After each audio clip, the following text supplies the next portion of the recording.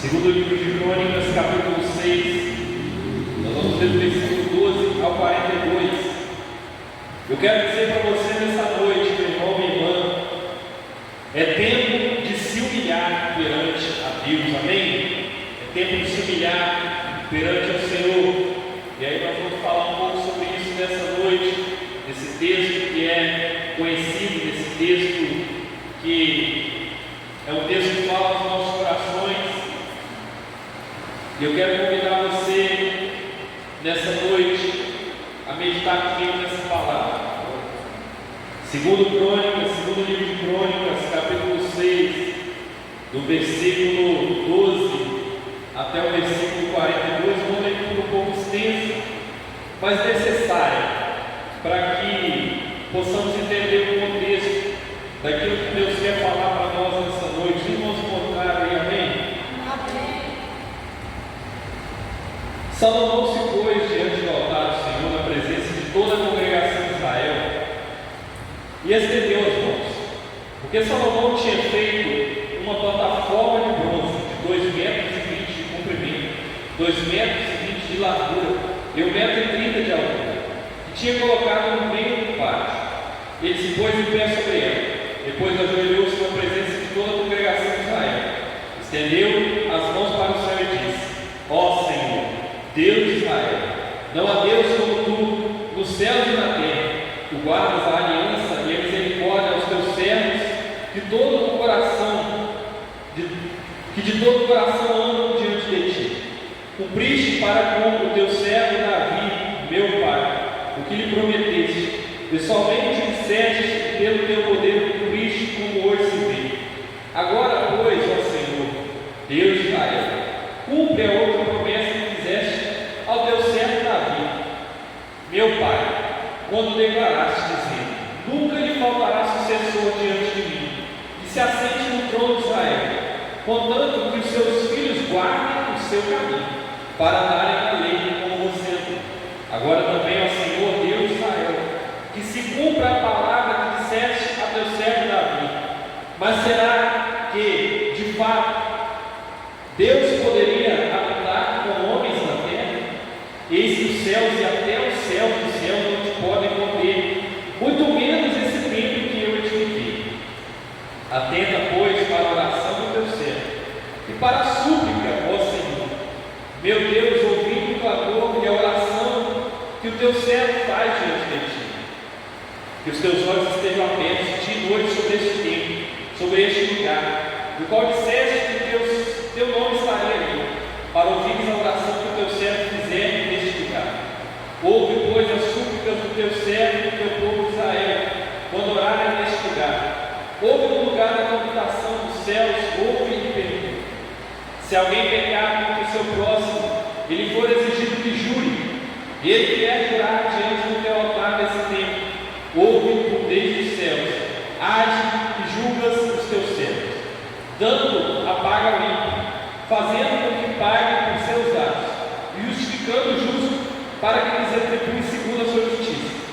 Quando o teu povo de Israel for derrotado por inimigo, por ter pecado contra ti e se converter, confessar o teu nome, orar e suplicar diante de ti nesse tempo, ouve tu desde os céus, perdoa o pecado do teu povo de Israel, e faz-o voltar à terra que deste a eles e aos seus pais. Quando os céus se fecharem e não houver chuva, por teu povo pecado contra ti, e ele orar nesse lugar, confessar o teu nome e se converter dos seus pecados, depois de uma vez castigado, ouve tu nos céus, perdoa o pecado dos teus servos e o teu povo de Israel, ensinando-lhes o bom caminho em que devem andar, e envia chuva sobre essa tua terra que deste em herança ao teu povo. Quando houver fome sobre a terra ou peste, quando houver crestamento ou ferrugem, gafanhotos ou larvas, quando inimigos cercarem as cidades dos pais, ou houver alguma praga ou doença, toda oração e súplica que qualquer homem ou do teu povo de Israel fizer, conhecendo cada um a sua própria ferida e a sua dor, e estendendo as suas mãos na direção desse tempo, ouve tu desde os céus, lugar da tua habitação, perdoa e dá a cada um segundo todos os seus caminhos, porque só tu és conhecedor do coração dos filhos dos homens, para que temam e andem nos teus caminhos, todos os dias que viverem na terra que deste aos nossos pais. Também ao estrangeiro que não for o teu povo Israel, porém vier de uma terra distante, por amor do teu grande nome, e por causa da tua mão poderosa do teu braço estendido, e orar, voltando para este tempo, ouve tu desde os céus, no lugar da tua habitação, e faz tudo o que o estrangeiro te pedir, a fim de que todos os povos da terra conheçam o teu nome, para te temer como teu povo de Israel, e para saber que este tempo eu te tenha chamado pelo teu nome. Quando o teu povo sair à guerra contra o seu inimigo, pelo caminho por onde o ouvires, e orarem a ti, voltados para essa cidade que te escolheste, e para o tempo que edifiquei o seu nome, ouve tu desde os céus a sua oração e a sua súplica, e lhes faz justiça. Quando pecarem contra ti, pois não há homem que não peque, e tu te indignares contra eles, e te entregares às mãos do inimigo, a fim de que os leve cativo a uma terra, longe ou perto daqui, e se na terra onde forem levados cativos, caírem e se converterem, e na terra do seu cativeiro suplicarem, dizendo: pecamos, procedemos mal e cometemos iniquidade. E se eles se converterem a ti de todo o coração e de toda a sua alma, na terra do seu cativeiro, para onde forem levados cativos e orarem, voltados para a sua terra, e desce aos seus pais, para essa cidade que escolheste para o tempo que edifiquei o teu nome, ouve tu desde os céus, no lugar da tua habitação, a sua prece e a sua súplica, e faz justiça, perdoa o teu povo, que houver pecado contra ti. Agora, ó meu Deus, que os teus olhos estejam abertos e os teus ouvidos abertos à oração que se fizeste nesse lugar. E agora, Senhor Deus, levanta-te e entra para o teu repouso, tu e a arca do teu poder. Que os teus sacerdotes, Senhor Deus, se revistam da salvação, e os teus santos se alegrem bem. Ó Senhor Deus, não rejeites os teus ungidos. Lembra-te da misericórdia que ungiste para com Davi, teu servo. Agora vamos aqui no capítulo 7, de 1 a 3. Quando Salomão acabou de orar, desceu fogo do céu e consumiu o holocausto, e os sacrifícios e a glória do Senhor encheu o templo. Os sacerdotes não podiam entrar na casa do Senhor, porque a glória do Senhor tinha enchido a casa do Senhor. Todos os filhos de Israel, vendo descer o fogo e a glória do Senhor sobre o templo, se inclinaram com o rosto em terra sobre o pavimento, adoraram e louvaram o Senhor, porque Ele é bom, porque a sua misericórdia dura para sempre. Amém? Meus amados queridos, esta é a tua palavra, ela por si só já fala aos nossos corações, mas essa noite nós pedimos, ó Pai, a tua revelação, a tua interpretação, aquilo que o Senhor tem falado para a tua igreja nessa noite, em nome de Jesus. Amém? Como eu já disse aqui anteriormente, é tempo de se humilhar perante a Deus. Amém? Esse contexto aqui, meu irmão, me é de uma solenidade, é uma festa, é uma inauguração do templo de Israel, do primeiro templo que Salomão edificou, aquele templo que Davi havia projetado, mas que Deus falou com ele que iria edificar o templo para a próxima geração. Ele não iria entrar, mas o próximo que viesse depois dele iria edificar esse templo para sempre. E Salomão edificou esse templo. Salomão, ele agora está ali, inaugurando, né? E ele faz uma oração. Ele faz uma oração pedindo, né, ali que o Senhor entre naquele lugar, pedindo e intercedendo pelo povo de Israel. Essa oração que Salomão está fazendo aqui, essa oração longa que nós vemos aqui, ela é a última etapa da inauguração do templo. E aí, quando nós passamos a estudar aqui essa passagem, quando nós passamos a estudar esse capítulo 6, o capítulo 7 e os capítulos anteriores, nós vemos que Salomão teve que seguir ali várias etapas, e ele foi obediente a cada uma das etapas, a cada detalhe que aquele templo haveria de ter. Ele seguiu cada uma das etapas, ele obedeceu, ele construiu. E a obediência de Salomão, ela foi primordial para a conclusão dessa edificação. Daí, nós vemos que, ao chegar no final, no momento de inauguração, a Bíblia ela mostra aqui essa oração de consagração do templo do Senhor, essa oração de intercessão pelo povo de Israel. E esse ato de oração, meu irmão e irmã, ele não é um ato protocolar, ele não é um ato que estava ali no manual de instrução e ele fez, mas ele fez isso porque ele sabia que a glória de Deus, que o poder de Deus, o fogo do Espírito Santo, o fogo de Deus era o elemento primordial daquele tempo. Aquele tempo, ele tinha que ter a glória do Senhor. E ele sabia que a glória do Senhor não era limitada a um espaço, não era limitada a uma caixa de sapato, a uma caixa que foi feita, a uma edificação. Ele chega a dizer lá no capítulo 6, versículo 18: mas será que de fato Deus poderia habitar com os homens da terra? Eis que os céus e até os céus dos céus não te pode conter, muito menos esse templo que eu edifiquei. Ele tinha aqui, meu irmão, uma plena convicção de que um templo, ele podia ter todas as coisas, podia ter uma boa estrutura, podia ter uma beleza exuberante, podia ter ouro, podia ter prata, podia ter bronze polido, podia ter bons obreiros, servos de excelência, só que uma coisa não podia faltar: a presença de Deus, a glória de Deus não podia faltar naquele tempo. E de fato, meu irmão, eu quero dizer para mim e para você nessa noite, que nós estamos em tempo de buscar essa glória de Deus para o nosso tempo e para o nosso tempo. Amém? Você acredita nisso? É tempo de desejar essa presença. E muitas vezes nós desejamos, almejamos, e não quero deixar claro aqui que não tem nada de errado. Nós queremos um bom som, igual nós queremos buscar, nós não tem nada, queremos comprar um notebook novo, um instrumento musical, reformar o altar. Não tem nada de errado nisso, afinal nós estamos querendo oferecer algo melhor para o Senhor. Mas uma coisa nós não podemos se esquecer, é que nós precisamos desejar o tempo todo a glória de Deus, o fogo do Espírito Santo nesse tempo. Antes que nós queremos que esse tempo seja cheio de pessoas, nós precisamos clamar que esse lugar seja um lugar da habitação de Deus e da glória de Deus. Amém? Precisamos buscar a glória de Deus, porque se um lugar ele tem o fogo de Deus, se esse lugar tem a glória de Deus, é questão de tempo até ter todas as outras coisas, porque todas as outras coisas vão vir como consequência daquilo que Deus tem para esse lugar, para esse tempo e para esse tempo. E Salomão, ele era ungido, ele era separado, escolhido por Deus para suceder na vida, para dar continuidade à sua linhagem no reinado de Israel.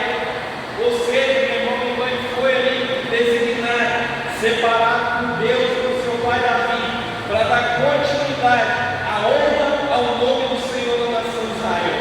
E de igual modo eu quero dizer para você, meu irmão e irmã, que está aqui nessa noite, que você é um homem e uma mulher separado por Deus, para dar honra ao nome dele, aqui nessa cidade, aqui nesse tempo. Amém? Você acredita nisso? Você foi chamado para honrar o nome de Deus nessa terra. Você foi separado por essa missão. Só que tem um porém nessa história. Nós vamos ver que Salomão, quando ele faz essa oração, a linguagem dele é uma linguagem afirmativa. Ele vai dizer: se alguém pecar, quando o teu povo for derrotado por inimigo, quando os céus se fecharem não houver chuva, quando houver fome, quando o teu povo sair da guerra, quando pecarem contra ti. Ele está falando ali no sentido afirmativo. Ele está afirmando que em algum momento o povo iria tropeçar em algumas situações, o povo iria pecar contra Deus e abandonar. Jesus Cristo diz lá, meu irmão, lá em João 16:33: no mundo tereis aflições, mas tende bom ânimo, eu venci o mundo. Para que nós possamos ser cheios da glória de Deus, nós precisamos romper com o pecado. Eu Eu acho interessante aqui, quero abrir um parênteses, uma observação, que até o fato do lugar chover pouco, o céu está fechado naquele lugar, ele é atribuído aqui ao pecado do povo que mora naquele lugar. E de fato, a Bíblia ela vai dizer que existem potestades e elas dominam, elas agem, melhor dizendo, através dos elementos da natureza. A Bíblia tem uma passagem que fala que Elias estava falando lá que não chovia sobre a terra por causa do pecado do povo. Mas isso é um assunto para outro dia. Fato aqui, meu irmão, me dando essa passagem, que a oração de Salomão, ela era um ato de consagração naquele tempo, e intercessão pelo povo. E aquela oração ela fez com que a glória de Deus enchesse aquele lugar. O que isso traz para nós? Que a consagração, o arrependimento, a súplica, a busca pelo Senhor, ela pode encher a minha e a sua vida com a glória de Deus, com o poder do Espírito Santo. E é um desejo de Deus que você seja cheio do Espírito Santo, que você seja cheio da glória dele, que você seja cheio e cheia do poder de Deus. Deus ele quer te encher nesse tempo com esse poder, com essa glória, com essa unção. Você acredita nisso? Amém? Só que é necessário que nós cumprir essas orientações de Deus.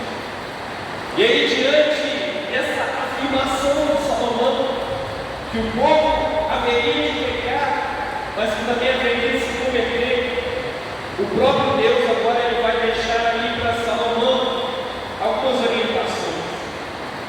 Você que está com a sua Bíblia aberta, acompanha comigo aí 2 Crônicas 7, o versículo 12 até o versículo 15, que vai dizer o seguinte: de noite, o Senhor apareceu a Salomão e lhe disse: ouvi a sua oração e escolhi para mim este lugar para a casa do sacrifício.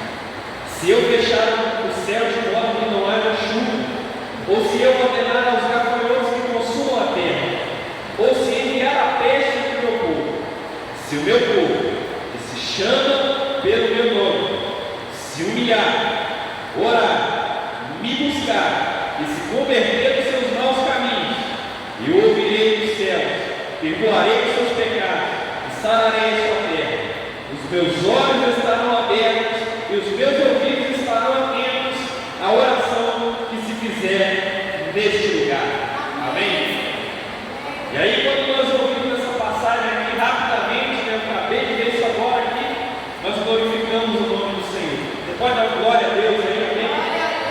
Nós glorificamos o nome do Senhor. Existe música com essa passagem, ela é constantemente atribuída a temas importantes da vida com Deus, e de fato ela é muito importante mesmo. Nós temos que glorificar a Deus mesmo quando nós ouvimos essa palavra, mas nós também precisamos nos atentar muito bem a cada palavra que está escrita aqui nessa passagem, pois se trata aqui, meu irmão, minha irmã, da própria voz de Deus, da própria orientação de Deus do que o povo haveria de fazer quando ele pecasse. E ele está dando ali um passo a passo para o povo ser cheio da presença de Deus e servir o Senhor. Amém? Até aqui você está comigo aí, amém? Então isso aqui, meu irmão, foi a introdução. Feita aqui essa longa leitura, essa longa introdução, eu quero que você observe comigo aqui esse passo a passo proposto por Deus para que nós sejamos cheios da sua presença. E a primeira coisa que o versículo 12, que é o que nós vamos enfatizar aqui, aliás, versículo 14, do capítulo 7. Se apagar a luz aí, a gente vai continuar pregando, você continua ligado aí, amém? E nós vamos continuar firme. Fica aqui comigo. Primeira coisa aqui, vai dizer assim, ó, se o meu povo, que se chama pelo meu nome, a primeira coisa que nós precisamos fazer para ser cheio da presença de Deus é chamar o Deus. Nós temos o hábito de iniciar o culto aqui chamando a presença de Deus, e esse é um ato poderoso, meu irmão, minha irmã. Isso aqui não é um protocolo, faz parte do momento da chamamos de invocação, que é chamar a presença de Deus, invocar a presença dele. Porque eu sempre falo isso aqui nas pregações, que o nosso Deus, ele não é um Deus inclusive, ele só entra onde ele é bem-vindo. Eu quero deixar um exemplo para você. Se eu chego aqui na casa de qualquer um de vocês, na porta da casa de vocês, e eu preciso falar alguma coisa para vocês, não adianta eu chegar ali na porta da sua casa e começar a falar: fulano, você precisa disso, disso, disso, eu quero ver isso com você. Eu tenho que chegar na sua casa e no mínimo eu tenho que fazer uma coisa: eu tenho que chamar o seu nome, para você chegar até a sua porta, você abrir a porta para eu entrar na sua casa. Ou então eu vou lá fazer vou tocar a campainha na sua casa, você vai te chamar ali através da campainha, ou então eu vou ligar para o seu telefone, e lá no telefone a gente vai abrir a ligação, o que está escrito lá? Chamadas. As chamadas. Então, meu irmão, com Deus é a mesma coisa. Nós precisamos chamar a sua presença, precisamos invocar o nome dele, e ele nos ouve. E aí eu quero destacar aqui algumas outras passagens bíblicas sobre chamar a Deus, ou seja, clamar o nome dele, invocar a sua presença, buscar o nome do Senhor. O Salmo 50, 15 vai te dar uma orientação para você. No dia que você estiver na angústia, você pode chamar o Senhor, porque a palavra fala: invoca-me no dia da angústia e eu te livrarei e tu me glorificarás. O Salmo 145, 18 vai dizer que você pode chamar a Deus para desenvolver proximidade com Ele, porque a palavra vai dizer: perto está o Senhor de todos os que o invocam, de todos os que invocam em verdade. Você precisa chamar ao Senhor para você ser salvo, porque em Joel 2,32 vai dizer que acontecerá que todo aquele que invocar o nome do Senhor será salvo. Você precisa chamar ao Senhor, meu irmão, minha irmã, no dia que você pecar, para que você seja perdoado, porque a palavra diz no Salmos 86,5: pois tu, Senhor, és bom e pronto a perdoar e abundante em benignidade para todos os que te invocam. Você precisa chamar ao Senhor no dia que você quiser agradecer pelas bênçãos na sua vida, porque o Salmo 116,2 vai dizer: porque o Senhor inclinou para mim os seus ouvidos, invocar-o Ele enquanto eu viver. Você precisa chamar ao Senhor, meu irmão, minha irmã, enquanto há tempo, porque Isaías 55,6 vai dizer: buscai ao Senhor enquanto se pode achar, e invocai enquanto está perto. E você precisa chamar ao Senhor, meu irmão, minha irmã, para obter a revelação que Ele tem na sua vida, o plano perfeito que Ele tem para você. Porque em Jeremias 33,3 vai dizer: clama a mim e responder-te-ei, e anunciar-te-ei coisas grandes e firmes que não sabes. Ou seja, meu irmão, minha irmã, Deus ouve quem chama Ele. A promessa de resposta e salvação para todas as pessoas que invocam o nome do Senhor. Chamar a Deus, meu irmão, minha irmã, é muito mais do que um ato litúrgico, é muito mais do que um ato protocolar, mas se trata de um ato de fé, um ato de confiança, um ato de intimidade. E o convite para nós hoje é buscar ao Senhor enquanto ainda dá tempo. É tempo de chamar o nome de Jesus, é tempo de reconhecer a sua autoridade e poder, meu irmão, minha irmã. Existe uma história na Bíblia de um homem chamado Bartimeu. Ele era cego, ele estava abandonado à beira do caminho, e aí vai existir um momento em que ele vai ouvir que Jesus Cristo estava passando naquele lugar. Então ele começa a clamar: Jesus, filho de Davi, tenha compaixão de mim. Aí você sabe o que aconteceu: pessoas repreenderam ele, pessoas tentaram parar ele, pessoas tentaram calar a voz dele, mas ele continuou chamando, até que Jesus ouviu aquele homem, e aquele homem foi curado. Mas ele precisou chamar o nome do Senhor, ele precisou chamar: Jesus, filho de Davi, tenha compaixão de mim. Então, meu irmão, minha irmã, nós precisamos chamar a presença de Deus para a nossa vida, para o nosso tempo, para a nossa igreja, para a nossa casa. Precisamos chamar. Chama o Senhor para a sua vida, chama Ele para a sua casa, chama Ele para o seu trabalho. Chame o Senhor, porque Ele te ouve. Amém?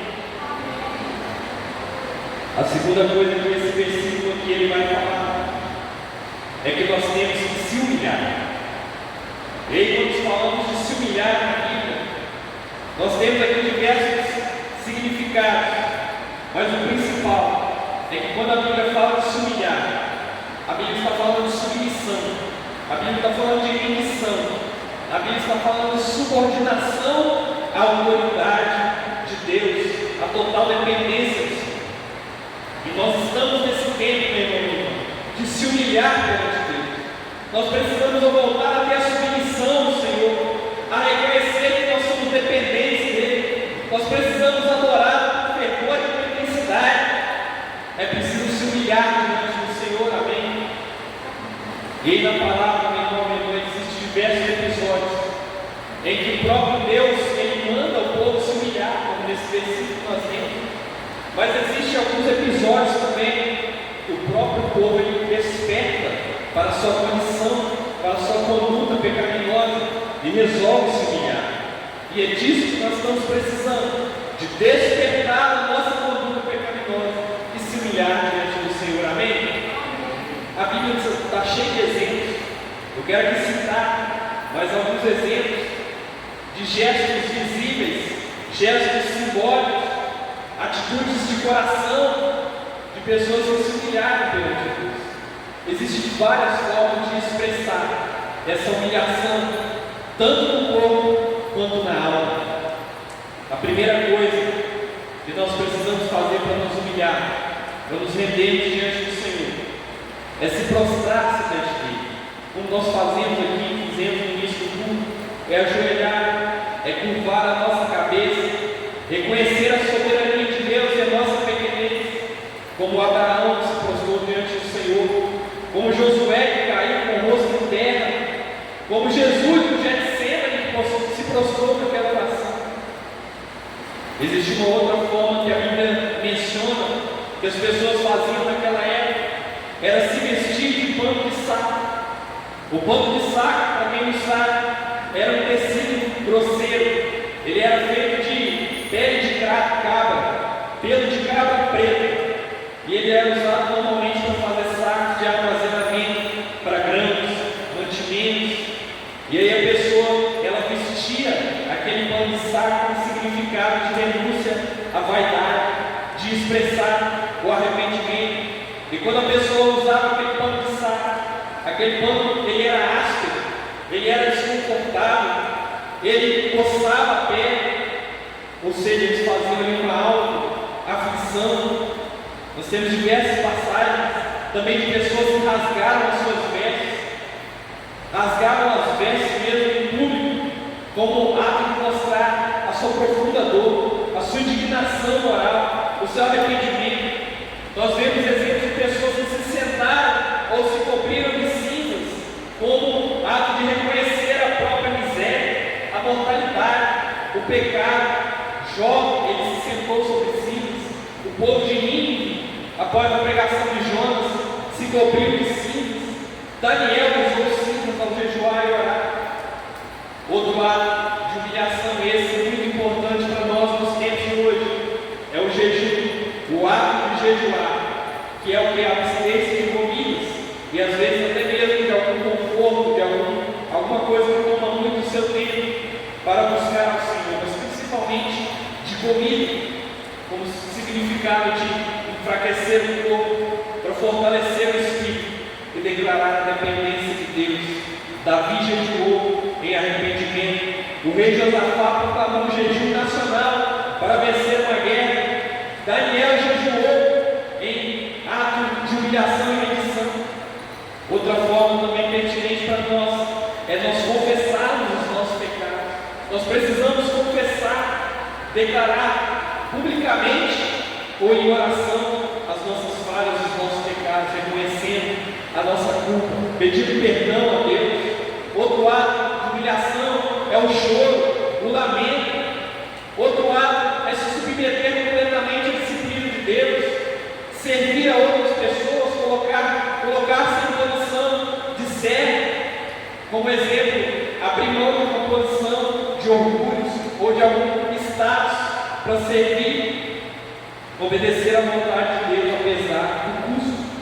Então você percebe, meu irmão, minha irmã, a humilhação aqui, ela não é uma autodepreciação, mas ela é o reconhecimento da grandeza de Deus e da própria limitação. É um ato que ele tem que surgir na nossa alma através da mente, ele tem que surgir no nosso corpo, ele tem que surgir no nosso coração, para que o nosso espírito seja fortalecido e para que nós consigamos nos achegar até Deus. Deus sempre responde a esse tipo de atitude com graça, com restauração e com exaltação. Amém? A Bíblia diz lá em 1 Pedro 5,6: humilhai-vos, pois, debaixo da potente mão de Deus, para que a seu tempo Ele vos exalte. Amém? Então se humilhe diante do Senhor, jejue mais, ore mais, se consagre, abra mão de coisas. Não estou falando aqui que o ato da humilhação, ela é uma coisa fácil, mas é uma coisa justamente para trazer a reflexão, a nossa total dependência do Senhor em nome de Jesus. Amém? Outra coisa que esse versículo vai mencionar é a oração. Nós precisamos orar, meu irmão. A oração, ela faz parte de todos os itens citados aqui. Ela faz parte de chamar a Deus, faz parte de se humilhar, faz parte de buscar o Senhor, faz parte de se converter nos nossos caminhos. Tudo na nossa vida deve envolver oração. Amém?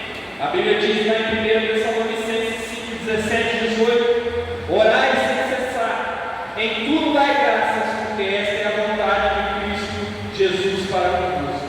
A oração na nossa vida, meu irmão, minha irmã, ela deve ser uma constante, e ela deve ser uma de consciência e de entendimento de que ela faz parte da vontade de Deus. E aí Jesus deixou uma orientação para nós lá em Mateus 6,6. Ele vai dizer: tu, porém, quando orares, entra no teu quarto e fechada a tua porta, orarás ao teu Pai que está em secreto, e teu Pai que vê em secreto te recompensará. Jesus está falando aqui que a oração é o momento da sua intimidade com Deus. É o relacionamento que você vai desenvolver, você e Jesus, você e Deus. O seu íntimo é o seu momento com Ele. A oração, meu irmão, é o nosso diálogo com Deus, é a nossa conversa, é onde nós chamamos Ele, é onde nós nos humilhamos diante dele, é onde buscamos a face dele, mas também é a nossa oportunidade de se abrir com Ele, de desabafar e de ter um encontro face a face com Deus. Isso você consegue através da oração. Você tem liberdade, meu irmão, de se comunicar plenamente com o Senhor. Nós temos a liberdade, meu irmão, de tratá-lo como nosso amigo. Imagine que você quer receber conselhos de alguém. A Bíblia diz que Deus é um maravilhoso conselheiro, que Jesus Cristo é maravilhoso conselheiro. E o Salmo 32:8 vai dizer: eu instruirei e ensinarei o caminho que você deve seguir, e sob as minhas vistas me darei conselho. Receba o conselho do Senhor, meu irmão. A partir do momento que você caminha em conformidade com Deus, em intimidade com Ele, recebendo seus conselhos, praticando esses conselhos, você será reconhecido como amigo do Senhor, como amigo de Deus. Em João 15:15, Deus Cristo diz: já não chamo vocês de servos, porque o servo não sabe o que o seu Senhor faz, mas tenho chamado vocês de amigos, porque tudo que eu ouvi do meu Pai, eu lhes dei a conhecer. Eu quero dizer para você, meu irmão e irmã, ore ao Senhor, abra os seus ouvidos, os seus corações, para receber a instrução e os conselhos do Senhor. Amém? E você vai ser amigo de Deus. A outra coisa que menciona aqui nesse versículo é a necessidade da busca, de buscar ao Senhor. E quando nós falamos de buscar ao Senhor, meu irmão e irmã, nós estamos aqui pontuando um dos pilares mais importantes da caminhada do cristão, da caminhada cristã. Eu sempre falo aqui, o relacionamento com Deus é uma via de mão dupla. Ele nos deixa ter a sua palavra, nos deixa as suas orientações, nos deixa os seus conselhos, mas cabe a nós colocarmos em prática e obedecer, colocar a palavra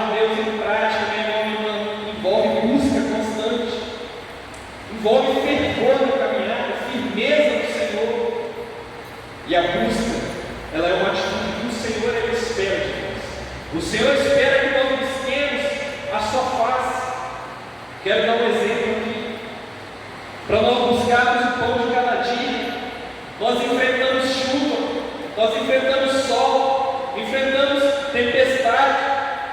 Na grande maioria das vezes ninguém deixa de ir trabalhar porque está chovendo, ninguém deixa de ir trabalhar porque o patrão não vai estar na empresa. Na grande maioria das vezes, até mesmo situação de enfermidade, nós não deixamos de trabalhar. Mas infelizmente o mesmo não acontece quando nós colocamos a nossa vida com Deus e a igreja. Eu fiz essa palavra aqui, nem imaginei que ia chover hoje. Confesso para vocês, eu tinha visto a previsão, mas tantas vezes eu já olhei a previsão aqui e estava prevendo chuva e não choveu. Mas eu falo para você, que infelizmente na vida com Deus, muitas vezes, nós não estamos enfrentando as adversidades para buscar ao Senhor. A Bíblia, ela vai relatar um exemplo ali de busca constante ao Senhor. Lá em Marcos 2, de 1 a 12, vai dizer o seguinte, eu quero enfatizar aqui no versículo 3 e 4. Trouxeram então um paralítico, carregado por 4 homens, e não podendo aproximar-se de Jesus, por causa da multidão, removeram o telhado do ponto correspondente ao lugar onde Jesus se encontrava, e pela abertura desceram o leito em que o paralítico estava deitado. Olha só o que essas pessoas fizeram, meu irmão. Eles carregaram o paralítico até o lugar onde Jesus estava. Eles subiram com ele em cima do telhado, tiraram os telhados, tiveram cuidado de descer o leito. Tudo isso movido por um desejo, movido por uma busca ardente pela presença do Senhor. E infelizmente, meu irmão, hoje em dia, nós muitas vezes estamos negligenciando a oportunidade de buscar o nome do Senhor. Se você for lá estudar, você vai ver que a África é um dos continentes com maior índice de perseguição a cristãos. Só que em paralelo a isso, em série, é um dos lugares onde mais acontecem milagres. Mais acontecem milagres. Lá é comum eles chegarem no final do ano, lá as igrejas se contabilizarem quantos milagres foram feitos. E aqui eu não estou falando de pequenas dores de cabeça, de pequenas indisposições. Nós estamos falando aqui de paralíticos voltando a andar. Nós estamos falando de cego voltando a enxergar, surdo começando a ouvir, entre outras coisas. Pessoas que nascem com o pé virado para dentro, o pé ele é entortado, ele é endireitado, aliás. Nós só iremos experimentar aqui o tempo dos milagres novamente, quando nós estivermos dispostos a passar pelo que for necessário para buscar a Deus, para viver esse milagre. E Deus está nos despertando para esse tempo de busca constante. A palavra diz, esse versículo já foi lido aqui, Isaías 55:6. Busquem o Senhor enquanto Ele pode ser encontrado, invoquem enquanto Ele está perto. Amém? É tempo de buscar o Senhor. A outra coisa que esse versículo está falando é se converter dos maus caminhos. Essa é uma outra atitude que Deus espera de nós. Nós precisamos nos converter dos nossos maus caminhos. Amém? A conversão, meu irmão, ela é o processo que marca a virada de chave. Quem já ouviu a expressão fulano se converteu? Ou seja, é uma virada de chave na vida do crente. É as atitudes práticas do dia a dia que vão refletir a característica de Cristo, o caráter de Cristo na sua vida. A conversão, ela também é chamada por nós metodistas de novo nascimento. O que é isso? É um ato de espontaneidade, de instantaneidade de Deus na nossa vida. A partir do momento que reconhecemos o amor dele por nós, nós nos convertemos e passamos a ter uma mudança de vida e mudança de atitudes também.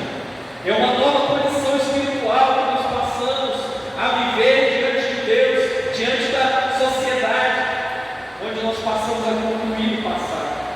E é interessante que essa nova condição, ela é imediatamente assumida na nossa vida, independentemente do que nós fizemos no passado. O maior exemplo disso é o ladrão da cruz. O ladrão da cruz estava ali, né, como nós chamamos de 49 do segundo tempo. E ele fala com Jesus: quando estiveres no paraíso, lembra de mim. E ele é salvo, porque ele se converteu ali naquela hora. E a conversão, ela também é meio o reconhecimento da necessidade de santificação, assumir uma nova posição. Ela é primordial para nós recebermos algo da parte de Deus. Olha o que a Bíblia vai dizer em Isaías 55, do 7 ao 9: que o ímpio abandone o seu mau caminho, e o homem mau os seus pensamentos. Converta-se ao Senhor, que se compadecerá dele, e volte-se para o nosso Deus, porque é rico e perdoado. Porque os meus pensamentos não são os pensamentos de vocês, e os caminhos de vocês não são os meus caminhos, diz o Senhor. Porque assim como os céus são mais altos que a terra, assim como os meus caminhos são mais altos que os seus caminhos, e os meus pensamentos são mais altos do que os pensamentos de vocês. Amém? Os planos que Deus tem para você, meu irmão, são muito maiores do que o que você imagina. Os planos de Deus são muito maiores do que o que você planejou no seu coração. E se nós quisermos viver esse projeto plenamente, nós precisamos nos converter nos maus caminhos. Precisamos romper com costumes mundanos. Precisamos expulsar da nossa vida tudo que não provém de Deus.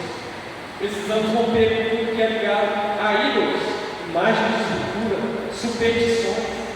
Crente não tem problema com passar debaixo da escada. Crente não tem problema com sandália virar ao contrário. Crente não tem superstição. Crente não crê em horóscopo. Crente não crê em astrologia, que os astros regem a vida. Nós não acreditamos nessas coisas, amém? Nós precisamos romper com toda injustiça, toda forma de enriquecimento ilícito, toda mentira, toda fraude, toda dívida. Nós precisamos romper com coisas impróprias, bebidas, cigarro, jogo de azar, vício.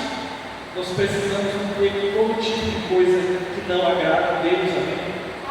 Deus está nos despertando, igreja, para um tempo de conversão genuína, onde o nosso coração ele estará voltado totalmente para Ele, amém? O Senhor quer converter a nossa vida. Até mesmo nós que estamos dentro da igreja, Deus ele quer nos converter dia a dia, nos enchendo com o Espírito Santo, com a plenitude do Senhor, amém? E aí, meu irmão, depois que nós fazemos isso tudo, vem os resultados de Deus, vem a resposta do Senhor para a nossa vida, para alcançar essa plenitude, essas bênçãos que foram oferecidas aqui pelo Senhor. É preciso cumprir cada uma dessas etapas que nós citamos aqui através da palavra, mas cumprir não por obrigação, mas com um coração obediente, pedindo ao Senhor paciência, pedindo perseverança. Então vai acontecer o que está escrito aqui: Ele ouvirá a nossa oração, Ele perdoará os nossos pecados, Ele sarará a nossa terra e Ele orará para nós. Imagina, meu irmão, você fazer uma oração e não ser ouvido por Deus, a sua oração não chegar para Ele. É uma realidade dura, mas é uma possibilidade real. Só que o próprio Senhor, que é compassivo, que é justo, que é tardio em graça, que é rico em misericórdia, Ele está nos dando o caminho do que nós precisamos fazer, passo a passo a seguir, para que isso não aconteça. Salomão sabia, igreja, que o povo ia pecar, e Deus também. Por isso Ele mesmo deixou para nós esse caminho perfeito a ser seguido, amém? E aí eu quero te perguntar: o que você irá fazer a respeito dessa palavra? O que você precisa fazer hoje para colocar essa palavra em prática? O que você precisa romper nessa noite? Deus, Ele está te convidando. Chame a presença dEle para a sua vida. Se humilhe perante Ele. Coloque a sua vida no altar do Senhor em rendição, em oração. Busque Ele enquanto Ele converteu